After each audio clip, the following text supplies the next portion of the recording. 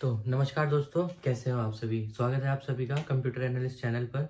और आज हम अपनी प्लेलिस्ट की नेक्स्ट वीडियो के बारे में बात करने वाले हैं, सीरीज़ के बारे में। ठीक है, सबसे पहले चीज़ तो सीरीज़ क्या होता है। ठीक है, सीरीज़ जैसे कि आप यहाँ पे डेफिनेशन देख पा रहे हो, ये एक अरेंजमेंट है हमारे सभी टाइप के डेटा का, कैसे एक ऑर्गेनाइज्ड मैनर में। ठीक है, अब मैंने यहाँ पे इस चीज़ को जो लिखा है, अगर मैं इसको थोड़ा और ज़्यादा अच्छे से एंड इजी लैंग्वेज में समझाऊँ, तो सपोज मेरे पास बहुत सारा डेटा है। ठीक है, और वो डेटा जो है वो अलग अलग टाइप का हो सकता है। और वो मैंने जो भी डेटा कलेक्ट किया है, मैं क्या करता हूँ कि मैं नहीं चाहता कि मैं अलग अलग डाटा के टाइप का इकट्ठा डेटा एक जगह पे बिना ऑर्गेनाइज मैनर में एज इट इज़ रख दूँ। मैं ये क्या क्या करूँगा, मैं उस डेटा को अरेंज करूँगा सबसे पहले कैटेगरी वाइज। कैसे कि मैं ऐसा डेटा जो कि डिस्क्रीट टाइप का है उसे अलग करूँगा, और ऐसा डेटा जो कंटिन्यूस टाइप का है उसे अलग करूँगा। ठीक है, और फिर मैंने क्या करा, उस डेटा को अरेंज कर दिया एक ऑर्गेनाइज्ड मैनर में। अब वो ऑर्गेनाइज्ड मैनर क्या है, वो ऑर्गेनाइज्ड मैनर है कि एक असेंडिंग ऑर्डर शो करना या फिर एक डिसेंडिंग ऑर्डर शो करना, अलोंग विद देयर फ्रीक्वेंसीज और विदाउट फ्रीक्वेंसीज। ठीक है, अभी देखो फिलहाल डेफिनेशन क्या कहती है, it is an arrangement of data in an organised manner according to their data type और ग्रुप। ठीक है, तो अब अगर मैं क्या करूं, अपने डेटा को अरेंज्ड कर दूं एक ऑर्गेनाइज मैनर में, तो फिर वो डेटा कहलाएगा एक तरीके की सीरीज। ठीक है, अब ये जो सीरीज होती है, ये हमारे पास मेजरली तीन तरीके की सीरीज होती है। और वो तीनों सीरीज कौन सी है, सबसे पहली इंडिविजुअल सीरीज, डिस्क्रीट सीरीज और कॉन्टिन्यूस सीरीज। जहां पर इंडिविजुअल सीरीज को अनग्रुप्ड सीरीज बोला जाता है। रीजन अभी मैं आपको बताने वाला हूँ।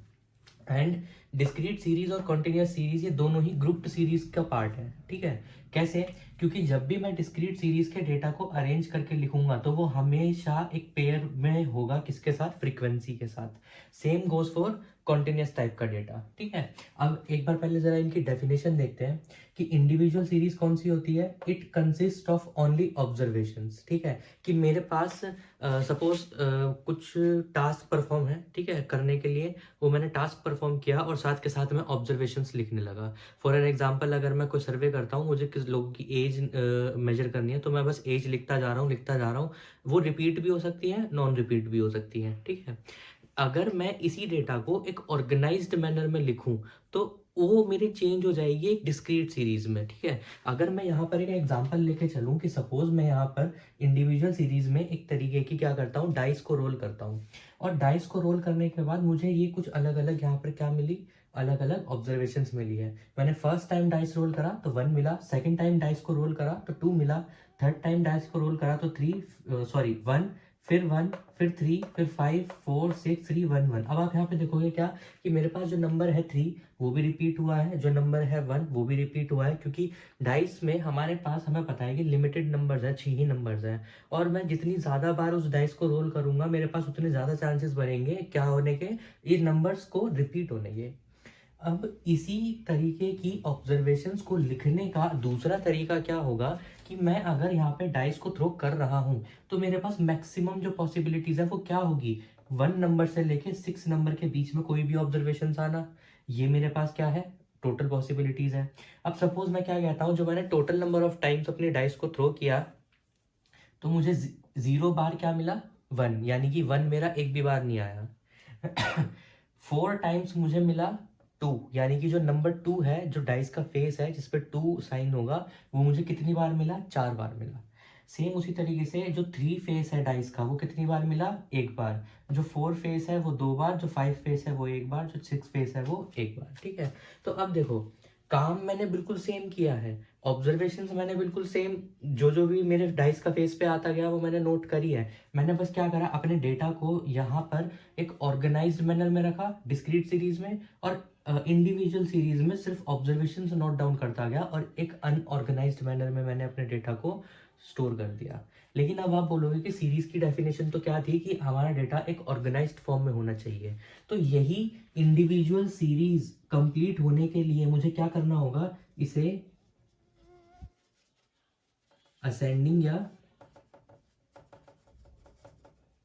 डिसेंडिंग ऑर्डर में अरेंज करना होगा।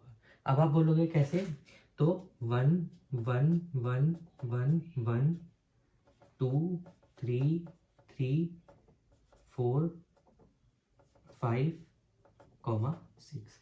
अब यही ऑब्जर्वेशंस को मैंने क्या करा, एक अरेंज्ड मैनर में लिख दिया, एक ऑर्गेनाइज्ड मैनर में लिख दिया, जो कि मेरा पैटर्न फॉलो कर रहा है एक असेंडिंग ऑर्डर का।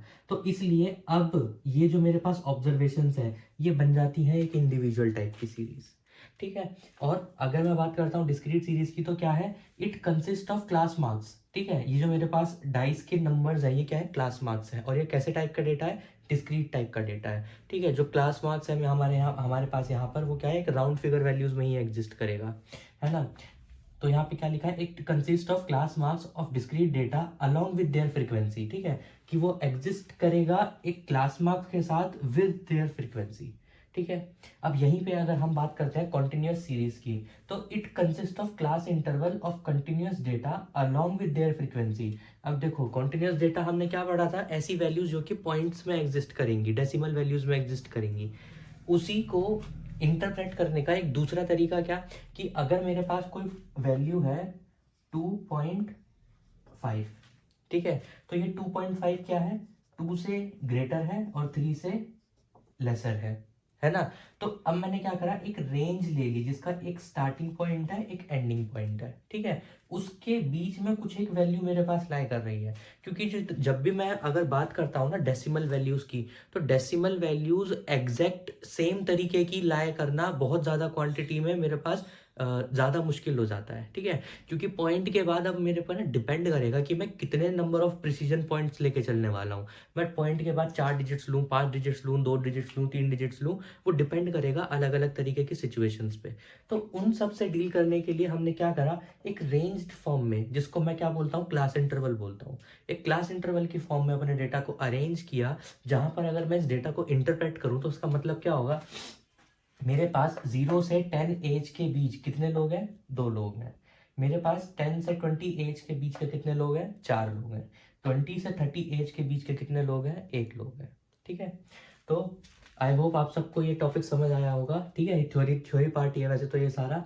और आपको अगर इसमें या इससे रिलेटेड किसी भी चीज़ में कोई भी डाउट हो तो नीचे कमेंट सेक्शन में आप कमेंट कर सकते हैं। मैं ज़्यादा से ज़्यादा कोशिश करूँगा आपके डाउट्स क्लियर करने की, ठीक है।